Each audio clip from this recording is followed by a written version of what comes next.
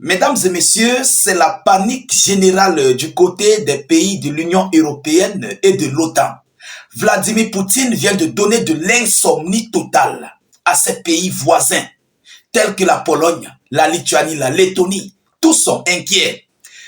Après cette sortie fracassante en tenue de guerre, en tenue militaire, du côté de la région russe de Kursk, M. Vladimir Poutine a envoyé un message à ses adversaires qu'il est prêt pour la guerre, qu'il est prêt pour en découdre avec tout ce qu'il y aura sur son chemin, qu'il est prêt à aller jusqu'au bout et qu'il s'est préparé depuis belle lurette. Alors, mesdames, mesdemoiselles et messieurs, ce message de tenue de guerre de Vladimir Poutine fait la une des médias otaniennes. Et nous avons le cas de ces pays voisins, les alentours de la Russie, qui ont de l'insomnie. Ils sont mal à l'aise. Ils se disent menacés. Présentement, là où je vous parle, ils se sentent menacés. Ils disent qu'ils ne parviennent pas. Il faut qu'ils se préparent à la guerre. Parce qu'à l'heure actuelle, M. Vladimir Poutine vient de faire quelque chose que rares les chefs d'État le font.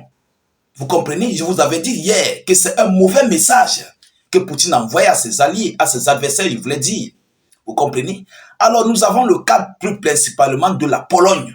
La Pologne qui est pays de l'Union européenne, qui est pays membre de l'Union européenne, pays membre de l'OTAN, qui vient de se prononcer. La Pologne se sentit menacée. La Pologne est menacée. Mais qu'est-ce que la Pologne compte faire face à cette menace russe qui ne cesse d'augmenter de jour en jour?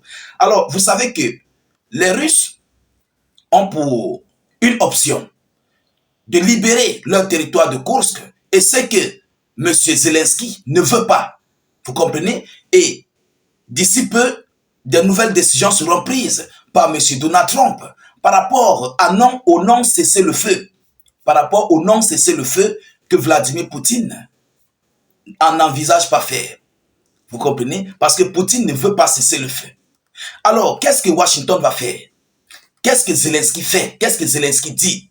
Mesdames, mesdemoiselles et messieurs, voyons voir ce que la Pologne nous dit par rapport à sa menace, parce qu'ils se sentent menacés. La Pologne se dit menacée. Mesdames et messieurs, partagez au maximum la vidéoconférence. Je vous avais dit que ce que Vladimir Poutine vient de faire, c'est un message profond. C'est un message de ouf. C'est un message inédit. Vous comprenez? Alors, mettez beaucoup de j'aime. Abonnez-vous pour ceux qui ne sont pas encore abonnés. Mettez vos avis en commentaire, bien sûr. Si vous n'avez rien à écrire, mettez salut, état d'urgence ou encore vive la paix dans le monde. Voilà, c'est très important. Se sentant menacé, la Pologne se sentant menacée par son voisin russe, la Pologne veut former militairement jusqu'à 100 000 volontaires par an. 100 000 volontaires par an. Qu'est-ce que 100 000 soldats peuvent bien faire aux Russes, face aux Russes? Qu'est-ce que 100 000 soldats? Monsieur Poutine recrute 350 000 soldats par an. À l'écart de 2 ans, Poutine recrute 700 000 soldats en période de guerre.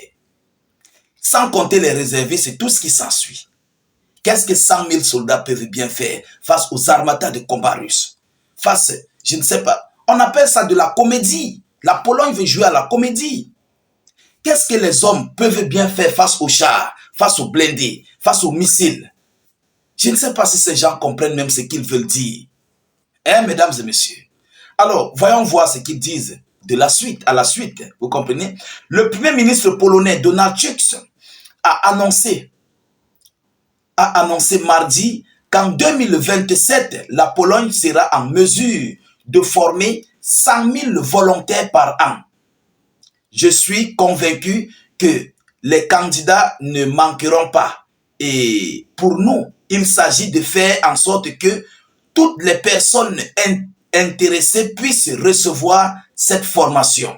Se sentant menacée par son voisin russe, la Pologne a engagé depuis quelques années un important programme de modernisation de son armée. Vous comprenez? Alors, ainsi en plus de l'armée professionnelle et de la haute force de défense territoriale, nous devons construire une armée de facto de réservistes, a encore déclaré M. Donald Tusk.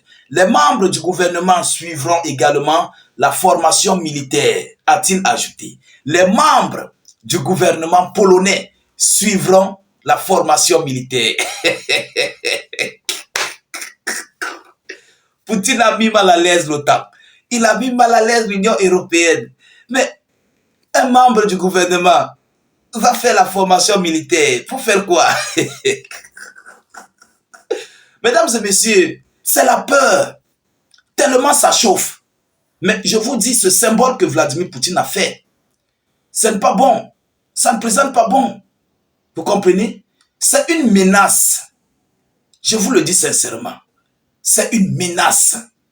Oui, c'est une grosse menace. Alors, la Pologne dit qu'ils vont former jusqu'aux réservistes. Ils vont former 100 000 hommes par an. Ils vont former, même les membres du gouvernement vont porter les armes. Maranatha, partagez-moi la vidéo. Partagez-moi cette vidéo, mesdames et messieurs. Mais, qu'est-ce que vous pouvez bien faire aux Russes? La Russie recrute 2 à 3 fois ce que vous recrutez en un an. La Russie fabrique peut-être 5 à 10 fois votre matériel polonais que ce que vous fabriquez en un an. Est-ce que vous comprenez ça? La Russie produit, commercialise. Vous produisez quoi? Qu'est-ce que vous allez bien faire face aux Russes si la Russie décide d'envahir la Pologne, d'envahir les pays baltes, la Finlande ou qui que ce soit? Qu'est-ce que vous allez bien faire, mesdames et demoiselles et messieurs? Voilà, aujourd'hui, ils sont mal à l'aise. Ils ont de l'insomnie. Parce que ce que la Russie est en train de faire à l'heure actuelle, ça inquiète. Ils sont inquiets. Ils ne parviennent pas, en fait, à comprendre le degré. Ils ne parviennent pas à supporter cette menace. Vous comprenez? Parce que c'est un mauvais signal, hein, mesdames et messieurs. C'est un mauvais signal. Sincèrement, je vous le dis. Sincèrement, je vous le dis, c'est un très mauvais signal. Lorsque vous voyez un chef d'État en tenue militaire, faites très attention. Faites très, très attention. Alors, mesdames et demoiselles et messieurs, voilà ici aujourd'hui la grosse inquiétude, la grosse peur. Et comme ça se passe du côté de la Pologne, c'est ainsi que ça se passe du côté des autres pays. Oui, mais qu'est-ce qu'ils vont bien faire? La Russie a les réservistes.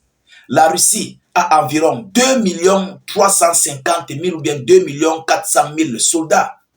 Vous comprenez? Et la Russie recrute de jour en jour, de jour comme de nuit. Et non seulement ça, la Russie est sur son économie de guerre. Est-ce que vous comprenez? La Russie, à l'heure actuelle, est sur son économie de guerre. Mais est-ce que la Pologne a vérifié tout ça? Est-ce que l'Union européenne a vérifié tout ça avant de se préparer pour une bataille contre la Russie? La Russie a produit, stocké, prête à combattre, même pour 10 ans, contre l'OTAN. Il faut qu'on se dise des vérités.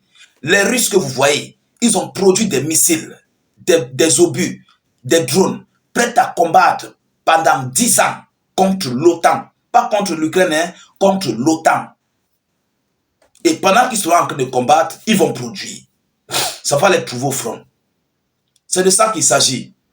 Alors, comment vous voulez faire face à une telle armée? Vous qui n'avez rien. Vous comptez sur les États-Unis d'Amérique. Vous comptez sur Washington, sur Donald Trump pour avoir de l'armement, pour avoir du soutien militaire. Qu'est-ce que vous pouvez bien faire face aux Russes? Il faut qu'on se dise des vérités. Arrêtez, chers Polonais. Arrêtez.